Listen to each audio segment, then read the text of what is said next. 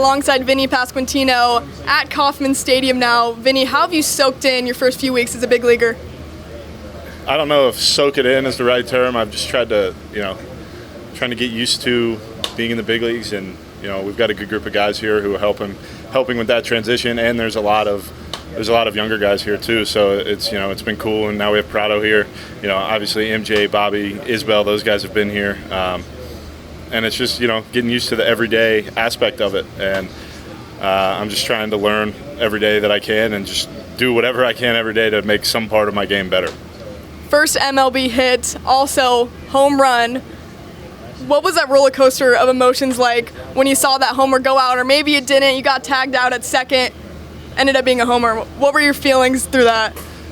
Yeah, well, I hadn't had, it was my first hit too, so when I hit it, my immediate thought was just please don't catch the ball. I would just really like to get a hit and just prove to myself that I can get a hit in the major leagues. And then I didn't see what had happened. I just heard D. Holler, our first base coach, telling me to run, so I was just trying to run, and then I'm about halfway to second, and I realized I'm going to get tossed at second, which is just, you never want that to happen. You never want to get thrown out on the bases, and then all of a sudden Javi Baez is telling me I hit a home run. So that was a pretty cool moment that I was happy with, and I'm just happy we're here now.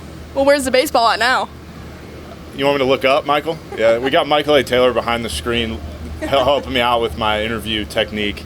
I'll make sure I look up from here on out. I have no idea where that ball currently is. I think they are dressing it up for me and putting it in a display, but it's cool because it's my first RBI hit and home run. Yep. So there's one ball for that. I don't need 3 separate balls, which is kind of nice.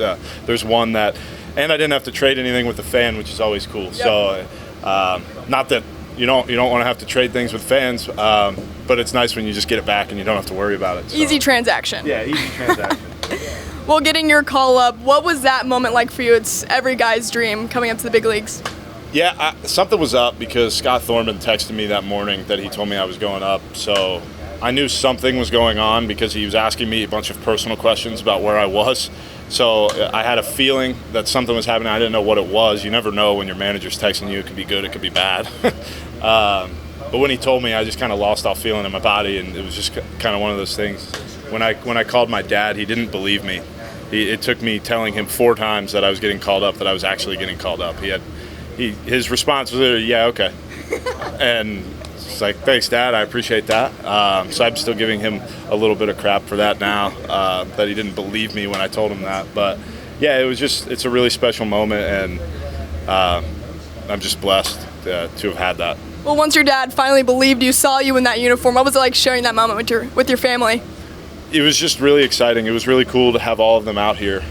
They were able to get there the next day. The next day was when I actually made my debut, and it's just I look at it as like that's a moment for my family, not a moment for me, because they've seen, and they've more than just seen, they helped me get to where I was able to put myself in a position to make my major league debut. So for me, that was almost a give back moment for me to them, because it's just one of those where they've seen how hard we've worked to get here, and they were just as big of an impact